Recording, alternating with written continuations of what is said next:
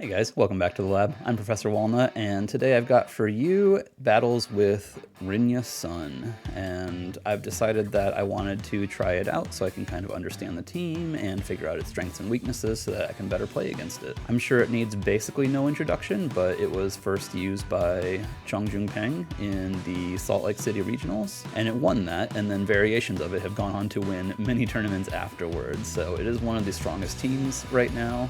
The thing to watch out for me is the fact that almost everyone is running counters to it at this point, so while I'm on ladder it might actually be kind of hard for me to find wins, but we'll find out what happens, right? As a note, for this episode and the one coming up next, I actually forgot to change the Pokemon on the overlay, so it's going to be the wrong team down there, but you know, the battles are what you're here to see. The overlay is just kind of like an extra nice thing on top of that. Finally, if you're enjoying yourself, leave a like and a comment, and if you're new here, subscribe. We'd love to have you come back. Ring the bell to get notifications on your phone, and in the comments, let me know what you think of my plays and what you think of Rinya Sun overall. Alright, it's battle time. Alright, here we are. Today we're up against Sun. Sorry. Today we're up against Rain. We're using Sun. Let's see. Gastrodon is probably a must here, if I had to guess. I almost feel like I could bring Charizard and Gastrodon to start with, right? Because I could consider switching in Groudon from the back. And we definitely need a dedicated Shedinja answer, although we've got Max Rock Fall on Charizard, which means that we'll be able to set up Sand that'll KO Shedinja immediately. So, trying to figure out what I like here as the last Pokemon. I'm thinking it might be Zacian. Like, they do have an Intimidator, which makes me think maybe not. I could also try setting up screens. That is the other consideration. And Thunder Wave could be helpful as well, right? Yeah, maybe my best last Pokemon is Grimmsnarl. I could even consider leading it, to be honest. Yeah, you know what? I actually like going in this order instead. So I can kind of pick and choose what I'm going to switch out. So we'll start defensively with offense in the back, basically. Well, potentially defensively. We could also go full offensive here, depending on what they lead. It sort of gives us flexibility with the lead, right? And that's one of the strengths of this team, I feel like, is that you have a lot of flexible lead options depending on what your opponent has. So, let's see. Okay, and they also went flexible, looks like. That's fine, I think. Because I really don't mind paralyzing Kingdra here and switching in Gastrodon. And there's no way they don't... There's no way they just Airstream, or sorry, there's no way they just go straight for Geyser, right? So actually, maybe I just Airstream. It would be really risky for them to go straight for Geyser. And if we take the Airstream on the switch in, it kind of hurts a bit. I think it's okay, though. Let's play it more defensive. Let's not go full offense here. And let's set up Reflect just to mitigate that damage a bit. Alright, here we go. Here comes Gastrodon. They chose not to switch, and they also chose not to max, which is interesting. So what are they going for? Okay, Rock Slide's fine. Do not mind seeing Rock Slide here. That barely does damage. It even crit me, so... That's fun. And Waterfall just gives us a boost. Fantastic. Thank you very much for that. I could almost consider maxing here. And yeah, we did confirm they are physical. I actually don't mind yawning here because that's kind of scary. It's going to be scared out, right? And then I'll T-Wave here as well. Because I could easily just Ice Beam that every time. Yep. Oh. That's not what I expected. Oh, we're gonna paralyze Zacian. That's phenomenal for us.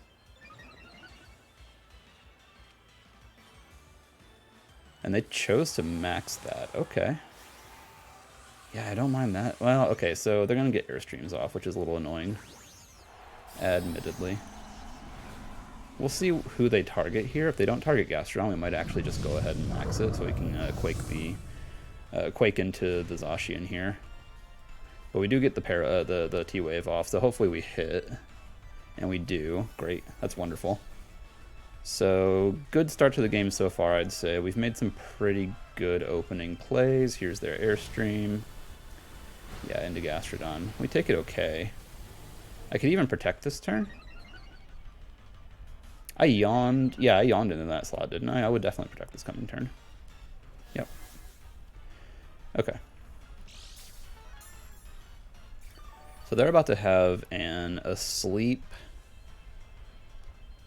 Landorus. Protect here. Is there value in setting up light screen? Probably. Although, I'd still say probably. I'll set up light screen. Very slow-paced opening to the game here, but that's okay.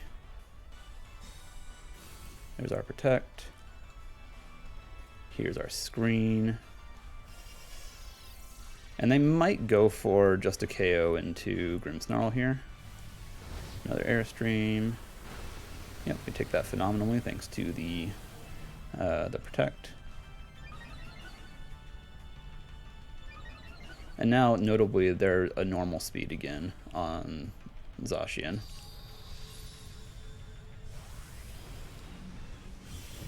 Okay, so they do take the Grimmsnarl. That should still KO through the screen, because Zacian is absurdly powerful, and we don't have the Steel Resist Berry on this set, so, you know, it's not really a huge deal. Behemoth Blade doesn't do a ton to us here. The question is whether I still want to max this thing. It's hard to say. I could also just go in and straight up max the Groudon here, because it's not going to do a ton of damage to me. Yeah, I think I'll do that instead. It's probably better. So here's Groudon. I think it's just Max Quake Ice Beam this turn, honestly, because we'll do a huge chunk with Ice Beam. They haven't gotten any boosts, they just gave themselves speed, or they haven't gotten any special defense boosts, right? They just gave themselves speed, and we're +1. And I could consider a Max Flare here just to cover for weather control on a switch, and it should KO. It should KO Zacian either way, right? Yeah, I'm gonna do that. Alright, they don't bother switching, and that's fine, honestly. We're like I said, we're KOing either way. There's always the chance that they get fully paralyzed here. They won't do enough damage to KO Gastrodon with Behemoth Blade. I suppose if they target that slot with like Sacred Sword or something like that, they might KO it, but I think that's okay as well. Like, they're sleeping at the moment, and that's not a big deal for us. Let's see. Yep, you stay asleep. You went for a max card, I guess. Or no, probably not. Yeah, they went play rough. Okay, so that should KO, right? Wow, Gastrodon's so good. I like Gastrodon a lot. Okay.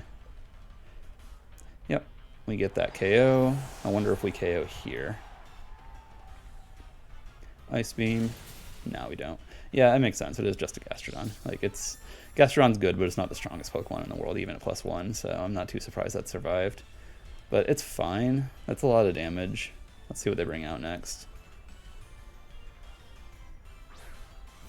Yeah, of course they bring out Kyogre here, and that's okay with me as well, because we're just going to max Flare again to give us the Sun.